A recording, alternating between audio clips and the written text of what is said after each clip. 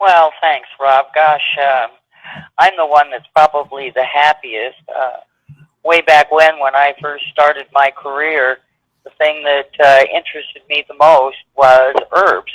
And so there has been this gargantuan love of herbs throughout my entire life and my career. Gosh, if you guys could be here, you could walk around in my garden and you'd find every kind of mint, from grapefruit to chocolate. You'd find thyme, you'd find rosemary, you'd find barberry, you'd find all these wonderful herbs because they are not only great for culinary purposes, but they are complex chemicals that contain natural ingredients that are what we call phytoceuticals. And, you know, the thing about an herb is that they are very complex. Many herbs can contain as much as 400 or 500 different compounds. And some of those compounds actually are vitamins as well. And, you know, I think if you've been around the world in natural circles for very long, you've probably heard the term adaptogen. But a lot of people that have tried adaptogens haven't had very much positive benefit. Many of the adaptogens that are literally on the marketplace, and I feel like I can speak to a very broad audience on this, having tried numerous ones in my 50-plus years as a clinician, and we just never found the benefit that is really written about. You know, adaptogens are very amazing compounds. If we look at the word adapt, it means to make suitable for the requirements or conditions of any organism. Well, isn't that kind of interesting? Adaptogen from the herbal medicine PDR in the U.S. Says it's a substance that helps the body adapt to stress, exerts a normalizing effect on body processes, a non-toxic substance, especially plant-based, that helps the body increase its ability to cope with stress. Well, let's talk about stress for a minute. You know, I think everybody's been through some kind of stress, whether it's somebody who made a poor choice and pulled out in front of you in traffic, or your kid fell down and got hurt, or your grandkid, or the bank messed up and your money went someplace it wasn't supposed to go. Those are momentary stresses, and the design of the human anatomy is really quite programmed for dealing with that. We have all of these chemical compositions inside of us, from hormones and neurotransmitters, to help us regulate all of that, so the environment within our chemistry remains normal and healthy. But you know, we're in a different space today. For a number of years now, stress has become a chronic condition. That means it's there every day, whether you're aware of it inside of your brain or not. And here's something that you need to listen to, and you need to be able to understand. The brain processes hundreds of thousands of bits of information per second, and it bloomin' hates stress more than we do.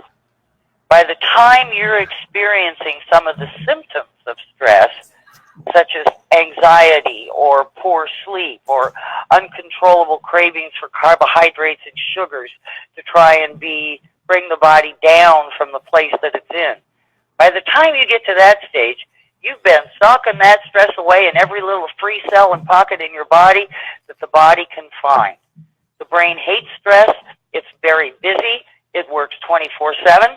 And whenever stress comes up, it shoves it to the stomach or the liver or the legs or the back or someplace else with the full intention of coming back and fixing it later. Except that 5-minute break to do that just never happens. And so the stress begins to compound within the system. Now, we know about family stress, we know about financial stress, but you know what? There's some other stresses that we may not factor for. Sudden increases or decreases in temperature can stress the body, and pretty heavily.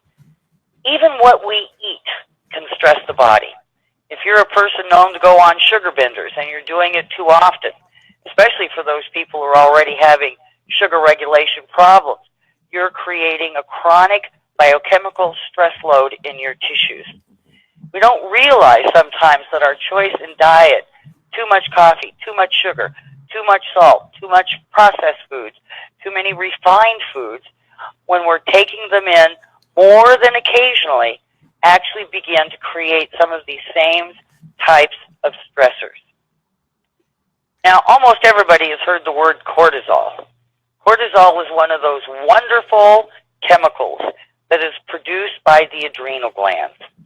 You know, when you get scared, you know, if something freaks you out, some dark night you're walking down the street and you get that bad vibe and you start taking off running, well, it's adrenaline that gets you going. That's a good guy when you need him. But the guy that keeps you going is this little chemical called cortisol. Now, cortisol is one of those interesting compounds to study, not only in people but in animals.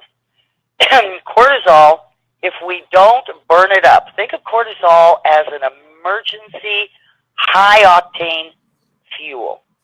And when that stuff pumps out, we need to go out and spend it.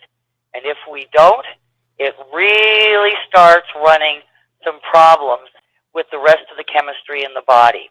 High cortisol levels today are associated with all kinds of different health challenges, sugar regulation, cognitive function, all kinds of tension issues, sleep issues, depression issues, several forms of more serious diseases are all being affiliated. Even now, Alzheimer's condition is being associated with elevated cortisol levels. And, you know, we're in a society today where we're not washing our clothes on the rock in the creek. You know, we're not driving a team of horses. We're not growing our food by digging in the soil with only a spade, where we're burning up these stress hormones so they get stored. They then begin to interfere with testosterone, estrogen, progesterone, all of your thyroid hormones.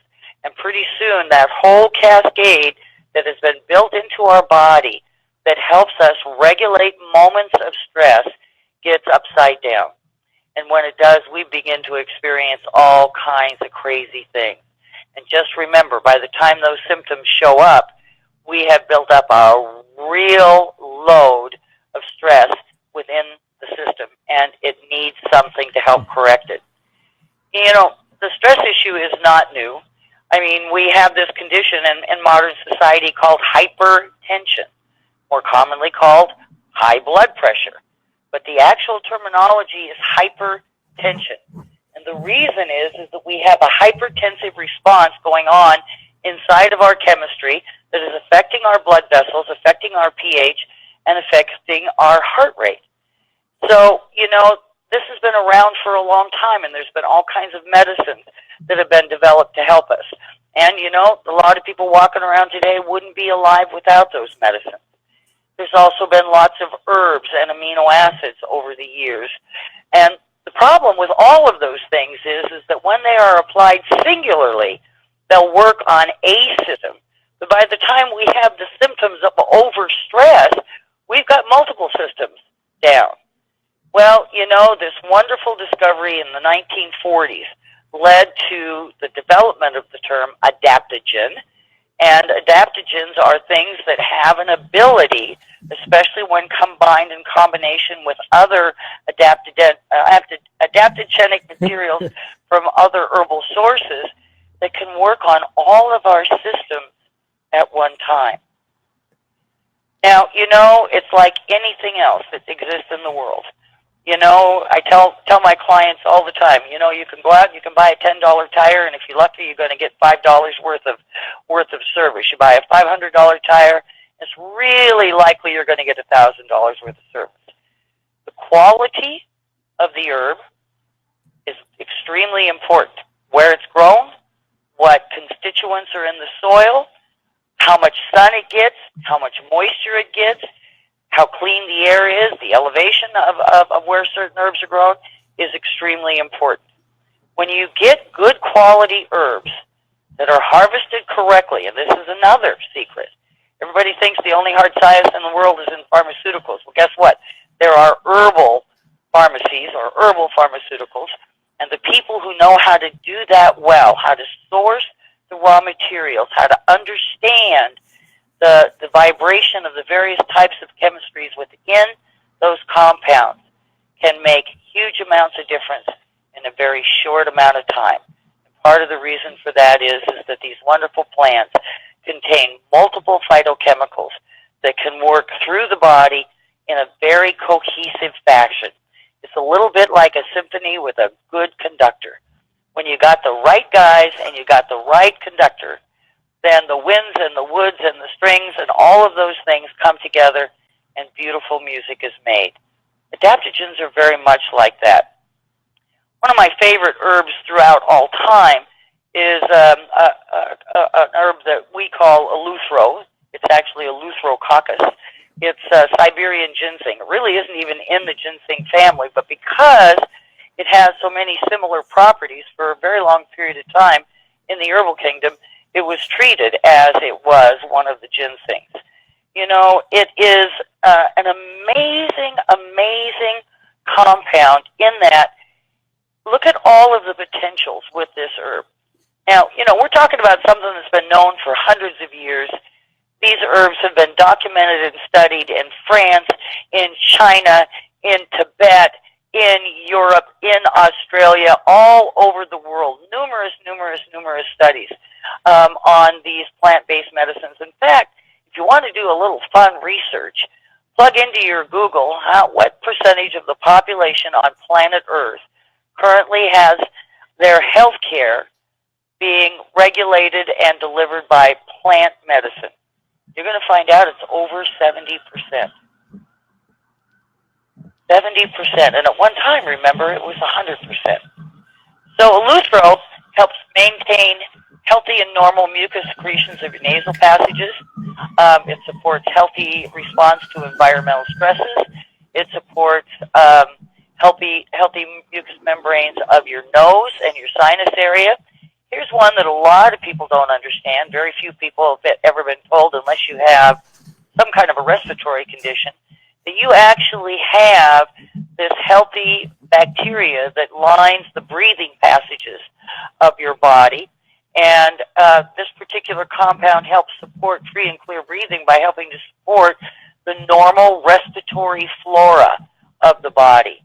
Now, we know that certain types of stress, certain types of medications, certain types of foods can actually have a very adverse effect on the good gut flora. Very few people understand that if our gut environment was perfect, the body actually, in perfect health, has over 400 good bugs in the gut that could prevent things like cancer and any one of diabetes, even obesity. Now, we've identified these good gut floras. Now, recognizing that they're there, being able to identify them doesn't mean that we know how to make them all yet, but the whole movement in the future, and even right now in research, is to get more and more and more of these good floras back into our system. Did you ever wonder how the people, I mean, you know, you poor guys, we go back a few hundred years and you were sent out to hunt the buffalo with a bloomin' spear. Think about it. You know, and all you had on your feet was some moccasins made from deer hide, or if you were lucky, moose hide, because they're thicker. And somehow we survived. Somehow we kept regenerating people. The people ate. They got clothed. They didn't have phones. They didn't have electricity. They didn't even have in-house plumbing or bathrooms. And yet somehow they got through it.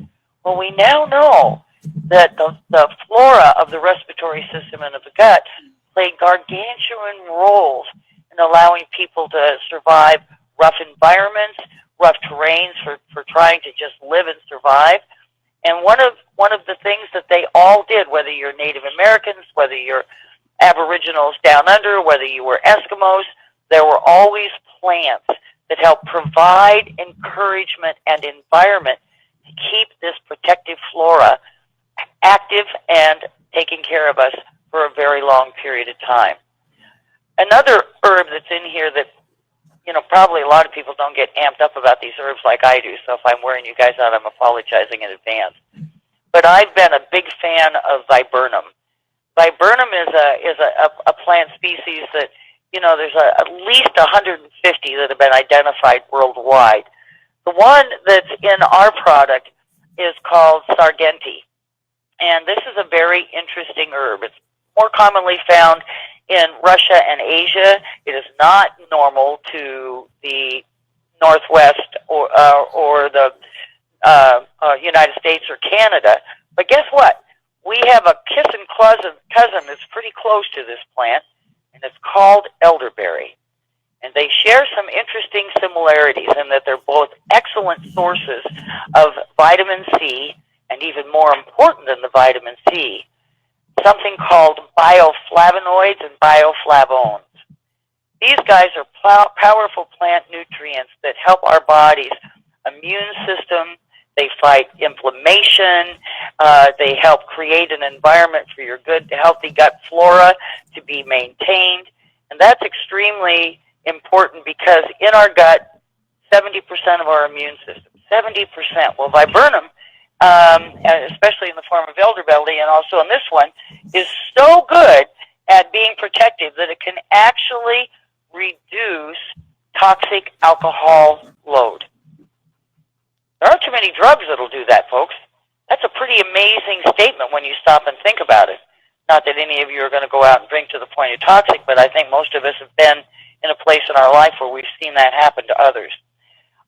It's actually recommended as food supplement for chronic fatigue, for a number of dysfunctions. It's used at high altitude for when you're in a climatic situation of extreme and rapid climatic change. It's been shown to be very beneficial.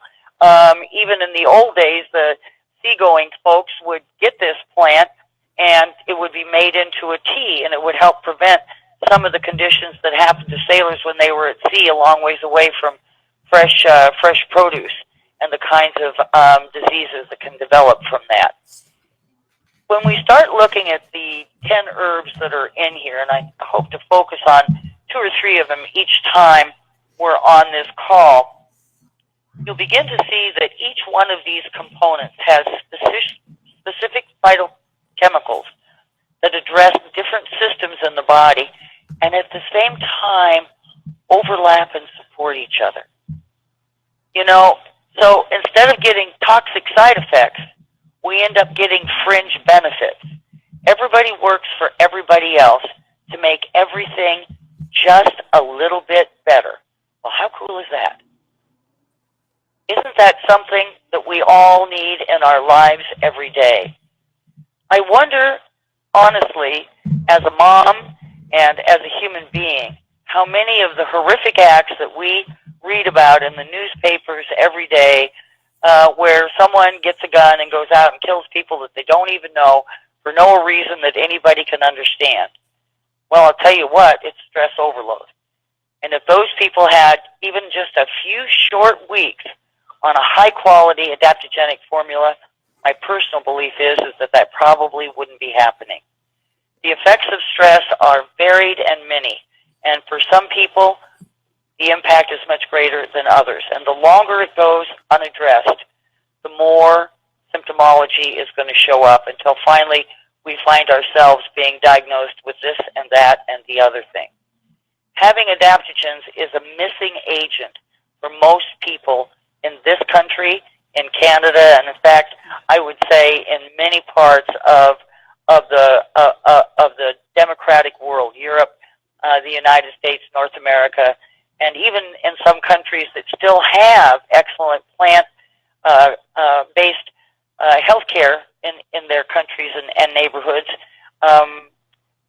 Combination of what we have to offer in these herbs is really outstanding.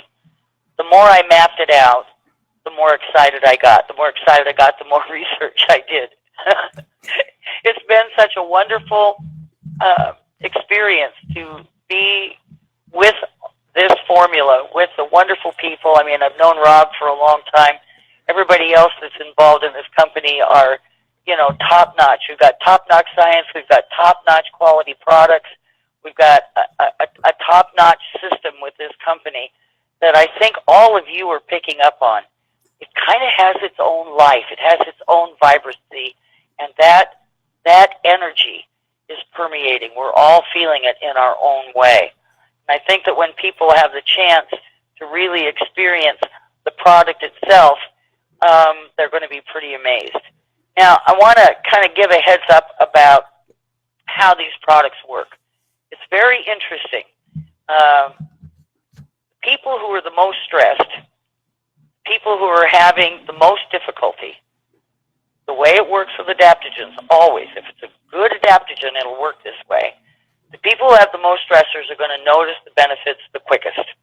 And most of us that are walking around that are really healthy and not packing a ton of stress, it may take 2 or 3 weeks before you see the benefit. But get in front of a mirror. Take a look at yourself. Let me give you a couple of little tips about how you can tell whether you've got stress that you're not aware of in your life. Get in front of a mirror. Relax your face as much as you can. And take a look at the corners of your mouth. Are they pointing down? Are they pointing straight out? Or are they mildly pointing up? If they're straight or down, you've got a stress load going on so bad that it's affecting the electrolyte balance of your body. Now, while you're still in front of that mirror, take a look at yourself in the profile.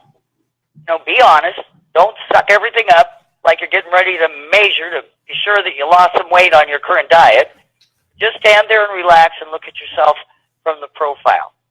If you got a bulge from the waist down, if you got a bulge from the ribs down to the waist, if you do, I'm telling you that your hormonal balance is off because your cortisol level is starting to climb. And if the stress wasn't bad enough, we all get to experience this a little bit because cortisol production tends to increase as we get older. And older isn't always chronological. We can live more than a day in a day. We can have more stress in a day than you might think. We can burn up several days in a day. We can age more rapidly because we haven't learned how to manage the stress. For me, this product, this company, this team, and the science behind it is giving us the first tool that I've seen that allows us now to get involved with managing our stress. I don't believe there's a scientist or a doctor or a health practitioner anywhere on the planet today who won't tell you that stress is a killer and getting stress under control is probably one of the most important maintenance things we will ever do. It affects our weight, our cognitive function, our vision, our heart rate, our muscle development, our pH regulation, the production of our red blood cells, hemoglobin, hematocrit. All of those things are affected by stress. And the more we can get our stress in balance, the more our body will naturally become imbalanced, and it will do what it knows how to do best, and that's take care of us. We just have to know a little bit about how to help it out. And if we do that, results can be quite extraordinary. Okay, Rob, I'll pass it back to you. I think I went longer than that. Very good. That was amazing, Rena. Wow, what an enlightening experience. Most of us don't know the effects of stress on us, and I don't know if we're going to get a lot of pictures of people with taking the pictures of themselves in the mirror or what's happening with the profile, but that's an interesting test to see where our stress levels are. And I guess, we've kind of gone a little bit longer than we thought, but one question that does come up and has come in, Rena, is, we talk about the product, we talk about liquid versus taking pills and things of that nature. This is a liquid product where the suggested serving size is 2 teaspoons. Can you address that question of liquid and the absorption into the body a little bit, please, Rena? Oh, man, I'm delighted to do that. One of the things that many practitioners struggle with today is finding good quality products that are liquid. Many herbs, many of the components of herbs, many vitamins, in fact, in a liquid form, if they're in the right form, can go into the stomach and from the stomach into the bloodstream. Now, not all of them, but many of the components can, which means we get to bypass the gut. Now, that's kind of important because if your gut flora is upside down, if you've got the belly fat, then what happens is that much of what goes down into the gut never gets to the rest of the system. So I'm a big believer that liquids deliver more rapidly, more efficiently than pills do. Not to say that all pills are bad. I take plenty of them myself. I like staying fit, and I like herbs. I take a lot of herbs in tea form, and I take a lot of herbs in pill form. But a liquid tincture extract combination is going to get into the system faster, and a higher percentage is going to be absorbed and utilized. And that's really what we want. Whether we're talking about the water we drink or the food we eat, what we want to be able to do is process that in an efficient and effective manner so that we're delivering the vital nutrients and energies to the cell level, the system level, the organ level, and certainly the director level, i.e. the brain.